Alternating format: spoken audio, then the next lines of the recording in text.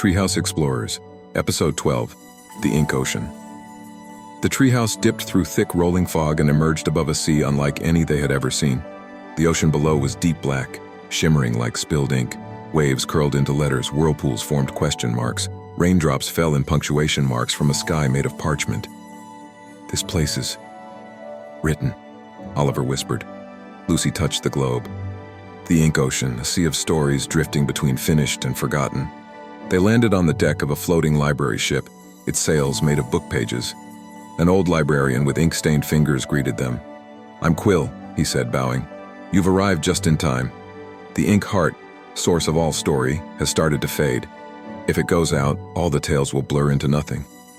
"Why?" asked Max. "Because a story has been left unfinished," Quill said, "and only the ones who started it can end it."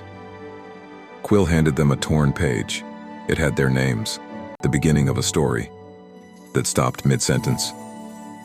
"We wrote this?" Mia asked. "Long ago," Quill said, "when you were younger. You must finish what you began." The kids took a tiny boat made of sentences and followed a trail of floating words. Along the way, they passed islands shaped like chapters, met sea-serpents made of half-told tales, and dodged inkstorms that scattered memories. Each child remembered a bit of the story. Lucy had created the hero, a brave girl with a map of stars. Max had imagined the villain, a storm of silence. Mia recalled the hero's gift, a lantern that glowed with truth, and Oliver whispered the ending. She faces the silence not to destroy it, but to understand it. The moment he said it, the sea surged. They reached the Inkheart, an enormous swirling whirlpool with a glowing book at its center. The pages were blank. Lucy stepped forward and spoke. The hero followed the stars, even when they dimmed.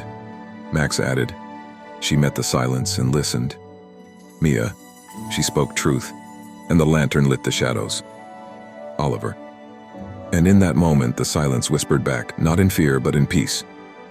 The pages filled, the whirlpool calmed.